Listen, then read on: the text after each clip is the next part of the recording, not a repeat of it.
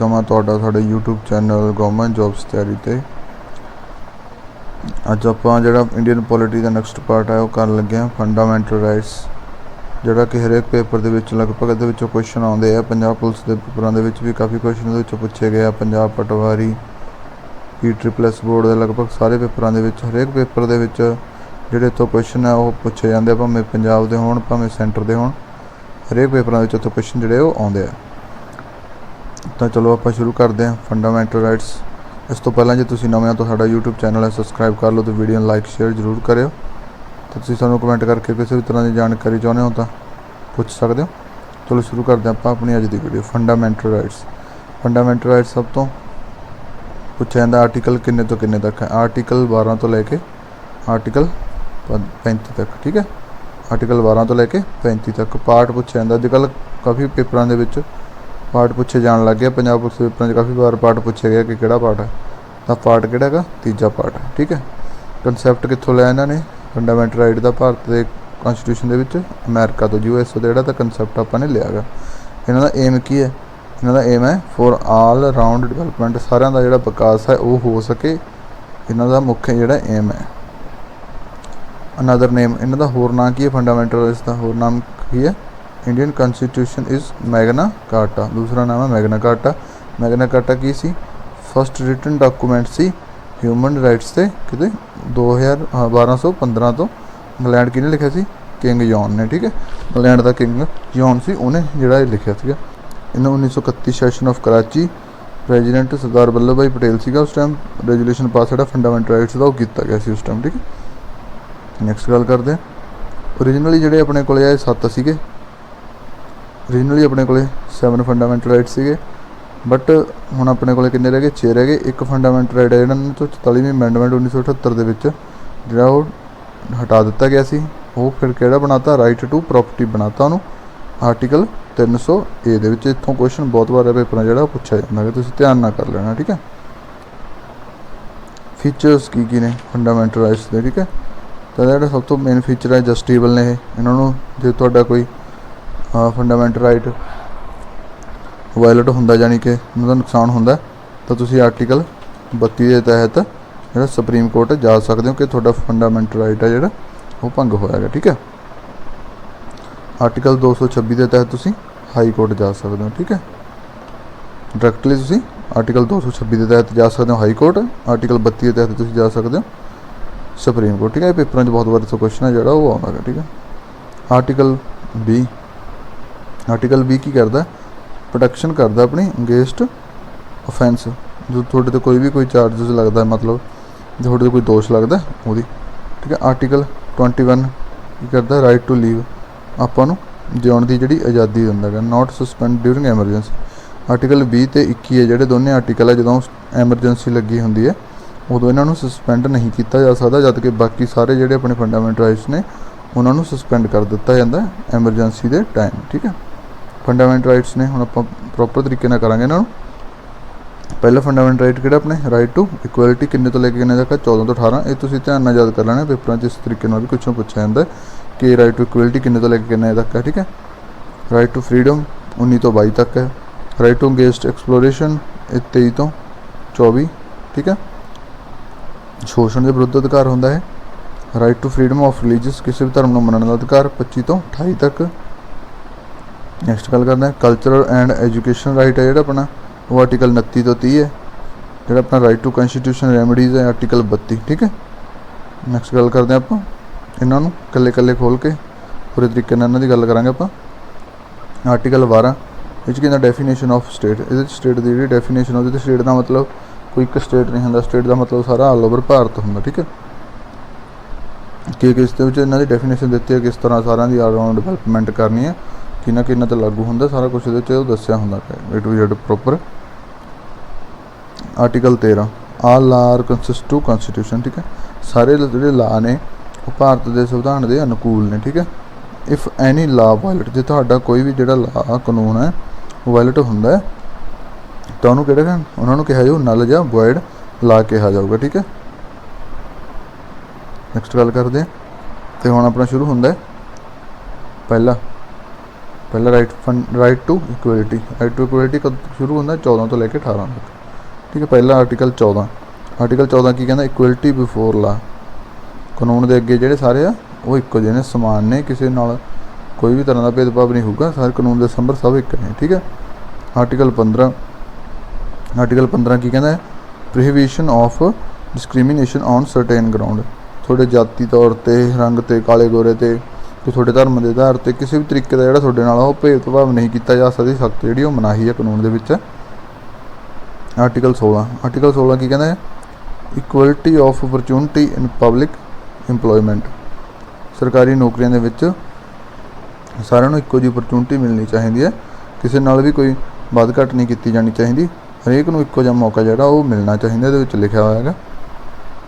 Article 17 abolition of untouchability, abolish किया गया untouchability ਨੂੰ, ਜਿਹੜਾ ਛੂਤ ਛਾਤ ਦਾ ਭੇਦਭਾਵ ਜਿਹੜਾ ਕਿ ਉਹ नहीं करना, ਉਹਨੂੰ अबॉलिश किया गया। ਤਾਂ बहुत बार पेपर 'ਚ क्वेश्चन आਉਂਦਾ, आर्टिकल बहुत इंपोर्टेंट है, तो ਅਸੀਂ ध्यान ਨਾਲ कर लेना ਤੁਸੀਂ। आर्टिकल ਜਿਹੜਾ 18 ਅੱਗੇ आर्टिकल 18 ਕੀ ਕਹਿੰਦਾ टाइटल, अबॉलिशन ऑफ टाइटल, जे कोई भी विदेश तो ਆਪਾਂ कोई टाइटल ਲੈਣਾ ਤਾਂ कोई उपाधि मिलनी ਆਪਾਂ ਨੂੰ ਤਾਂ ਉਹ ਆਪਾਂ ਡਾਇਰੈਕਟ नहीं ਲੈ ਸਕਦੇ, ਉਹਦੀ ਮਨਾਹੀ ਹੈ।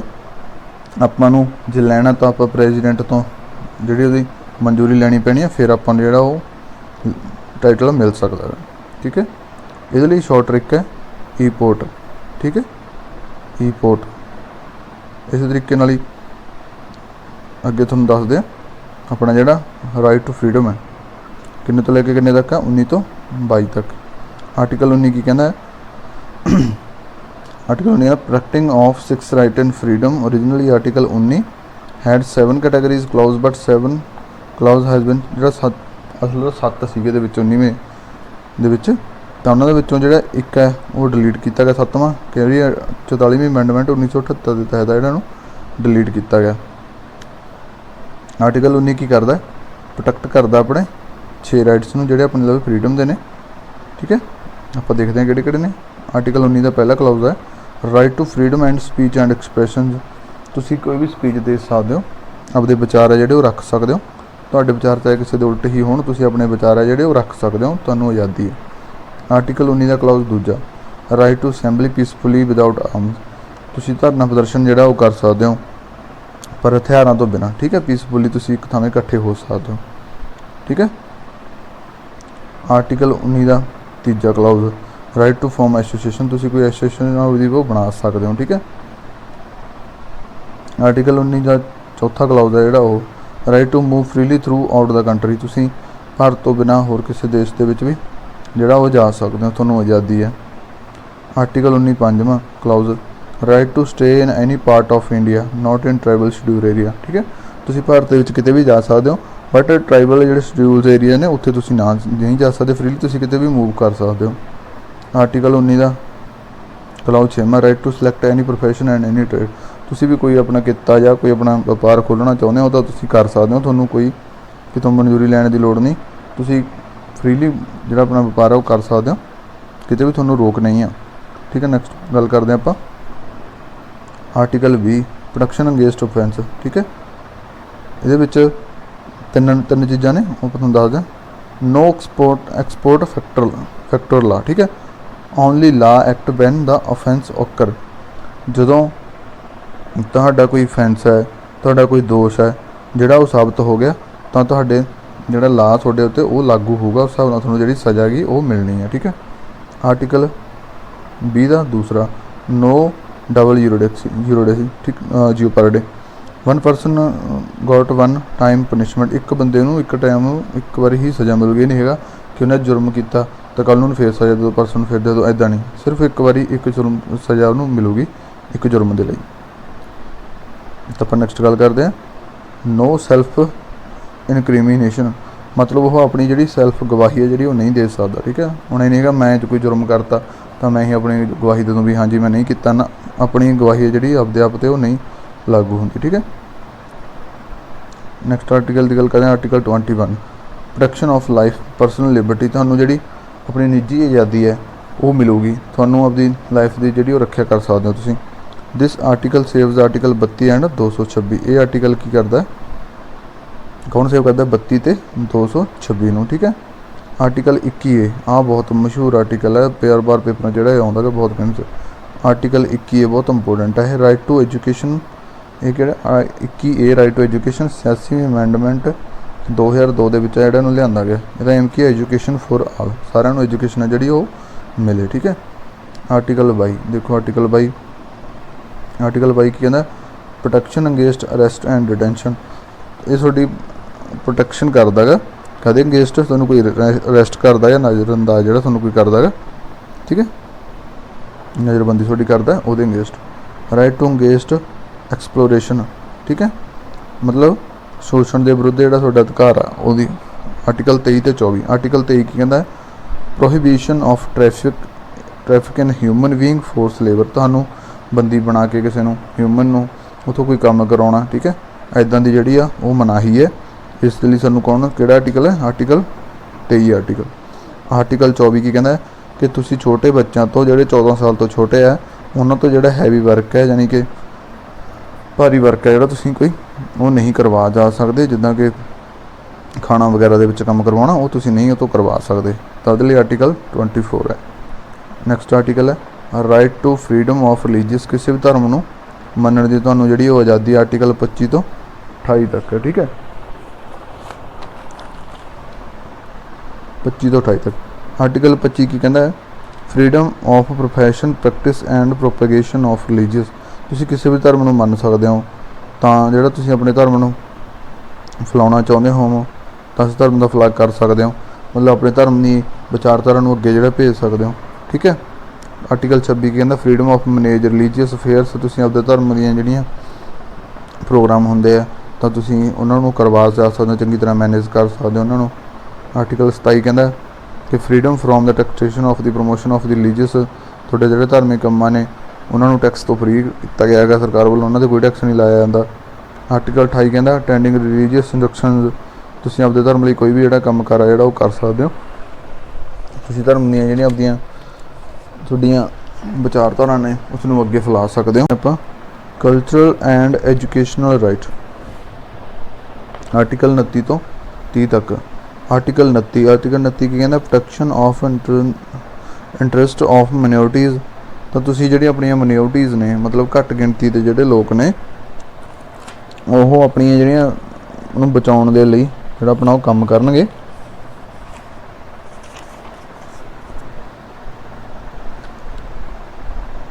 ਆਪਣੀ ਭਾਸ਼ਾ ਨੂੰ ਬਚਾ ਸਕਦੇ ਆ, ਉਹ ਆਪਣੀ ਲਿਪੀ ਨੂੰ ਬਚਾ ਸਕਦੇ ਆ, ਇਸ ਤਰੀਕੇ ਨਾਲ ਆਪਣਾ ਜਿਹੜਾ ਅਧਿਕਾਰ ਨੂੰ ਜਿਹੜਾ ਉਹ ਕਾਇਮ ਰੱਖ ਸਕਦੇ ਆ, ਠੀਕ ਹੈ।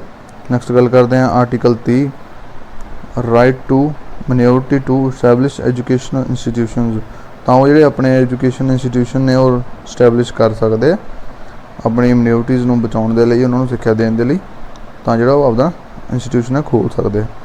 आर्टिकल जिहड़ा 31 है, आर्टिकल 31 नूं डिलीट किया गया किहड़ी अमेंडमेंट के थ्रू, अमेंडमेंट 52वीं 1985 दे विच, ठीक है। राइट टू कंस्टीट्यूशनल रैमडीज़ आर्टिकल 32, तां ये अपने जिहड़े सारे अधिकार ने उन्हां नूं बचा के रखण दा जिहड़ा काम करदा है आर्टिकल 32। इस दे तहत की हुंदा आपां सुप्रीम कोर्ट जा सकते हैं, तुहानूं उपर करवाया है सुप्रीम कोर्ट जा सकते हैं आर्टिकल 32 के तहत, आपां 226 के तहत जा सकते हैं हाई कोर्ट।